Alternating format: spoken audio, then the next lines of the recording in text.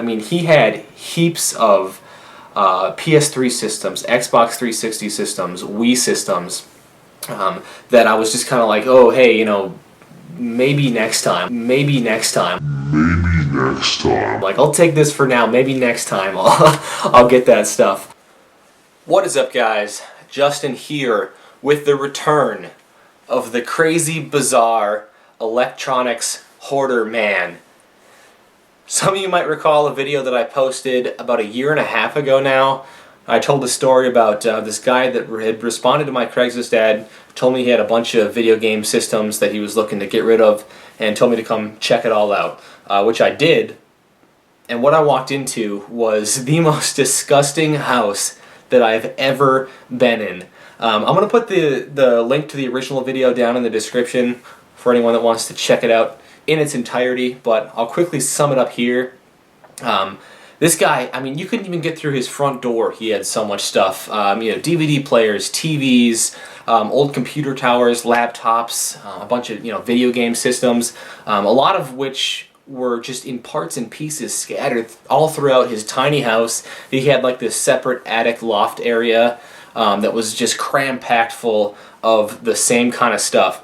And I actually ended up getting a pretty sweet deal from the guy. He just gave me some plastic bins and loaded me up with all these games that he had. I'll show a picture of all the stuff while it was still in my trunk a year and a half ago. You can see some games on top there, and he sold me a bunch of systems as well. I'll show a picture of that right now. I mean, there's a Dreamcast in there, a couple Xboxes, a stack of PlayStation stuff, a couple N64 systems, and then just a heaping mound of cords and a few controllers anyway. But he sold all of that to me for $70. And even for just the games that I got in that deal, I mean, it was such a good deal. And it wasn't even all he had at the time.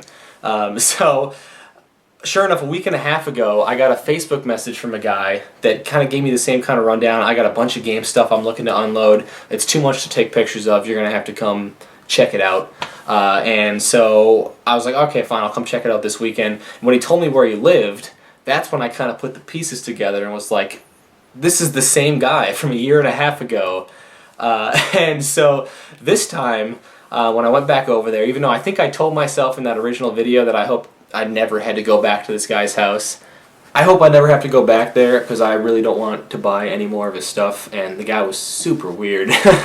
But I made it out alive, and like I said, this one earns a spot in my top 5 most bizarre Craigslist deals of all time. I did. This time I was wearing clothes that I could afford to burn after the fact. That's how disgusting this guy's house was. But anyway, I went back over there, and same kind of thing. Gives me a bin and just starts loading me up with stuff. So I didn't want to like film inside this guy's house, but while we were up in like his attic loft area, I whipped out the phone, and I'm gonna play a clip for you guys right now. This is me trying to act interested as he's handing me a bunch of these like Leapfrog, like those little kid handhelds. He gave me like one of those, and he was loading me up with like games and other crap that I didn't want. This is me trying to act interested. So let me play this for you guys. It'll give you a good overview of what this guy's attic looked like, and then I'll show you what I actually picked up from him. So check it out. For a VTech. That's probably for one of that Leapster or one of them. Oh yeah.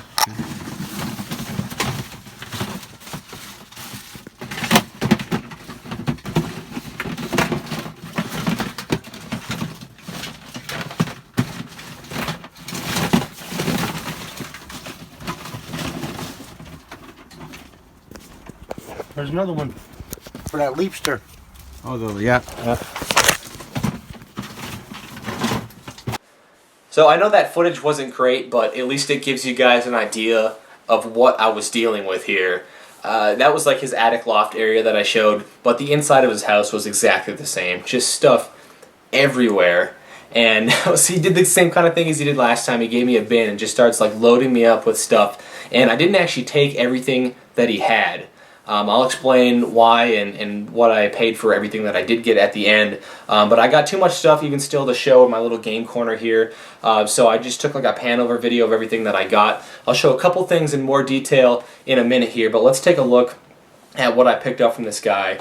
I got a couple Wii systems from him, a black one and a white one. There was 3 original Xbox systems, a stack of PlayStation stuff, 2 PS2 Fats, a PS1, 2 PS2 Slims, and a PS1 Slim, and then just a mound of cables and more controllers than I got last time, at least. But there's a Mattel HYPERSCAN system, a red DSi, and just some crap games here. A lot of these disc games weren't even in the cases. And then one lone cartridge game, which I'll show right here, Teenage Mutant Ninja Turtles 2, Back from the Sewers for the original Game Boy. The only cartridge game I got with this deal, and surprisingly I did need it for the collection, so I'll be cleaning this one up and keeping it for the collection.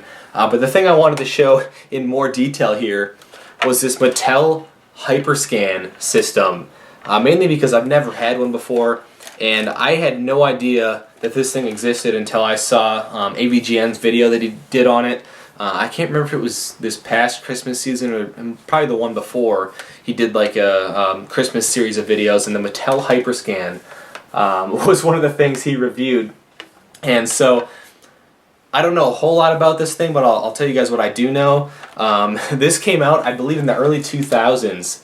So it was competing with like the Wii, the Xbox 360, the PS3, and it's kind of like a plug and play, I guess. I mean, the AV cords are attached to the system, but it has a separate power adapter, which sadly did not come with this. Although I'm not too disappointed, because after watching AVGN's video again last night to refresh my memory, I don't think I would have ever played this thing anyway. So basically, it's a disc system.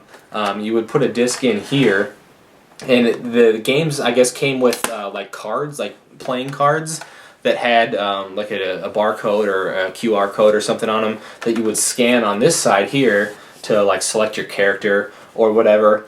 And I think there was only like 5 games that came out with it. And the guy that I bought this from kept saying, I know I have the X-Men game for that. I saw it lying around here somewhere. It's got to be here. I just let him know that if he ever finds it, just let me know. I probably wouldn't go pick it up anyway, because I don't think I could play it without the cards or anything to scan.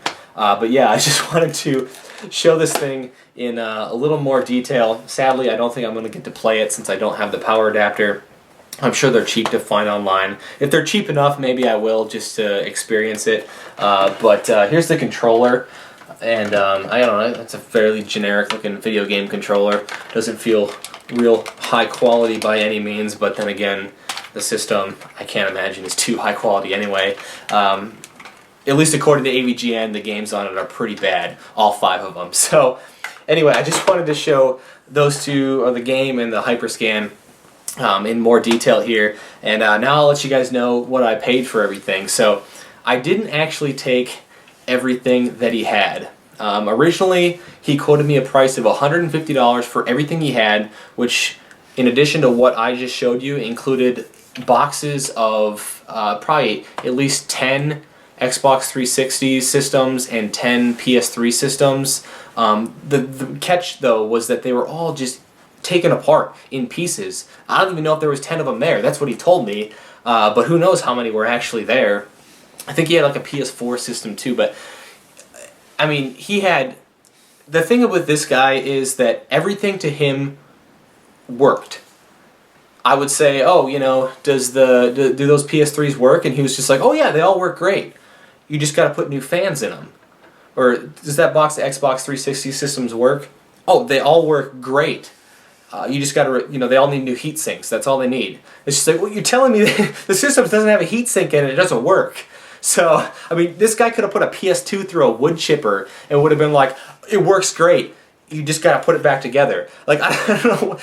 That might be why this guy has all this stuff, because he thinks everything works and that he can get it working. Well, clearly he can if he's just willing to unload it to me for $100 is what I paid him for everything you just saw. Which is not that much off of the $150 he was asking for everything, but when it comes to the 360 systems, the PS3 systems, I told him straight up, look, I have no idea of any system that came out after 2000, I'm not going to be able to fix, and I don't know anybody that can fix them, and I have nothing to do with them. So $150 for everything I showed, plus the 360 and PS3 boxes, to somebody is probably a phenomenal deal, but to me, I'd rather just pay the $100 for what I got and leave him with the rest of that stuff, because I don't want to turn into him with boxes of stuff, parts just sitting around, you know, my apartment or whatever. So $100 is what I paid for everything that I just showed you guys. Not as good of a deal as I got the last time I was there, because I didn't get all the games and stuff that he had last time. But I'm still gonna do very well on this deal, I think. And who knows? Maybe there'll be a part 3 coming in another year and a half, where I go back and get the PS3 and Xbox stuff for super cheap or whatever. But I don't know. I don't know if it's worth it to go back in that guy's house. I did not have to burn my clothes. They took a couple washes, but they're now wearable again. And that's what's important. So I want to thank you guys for sticking around and checking out this video. And until next time, take care.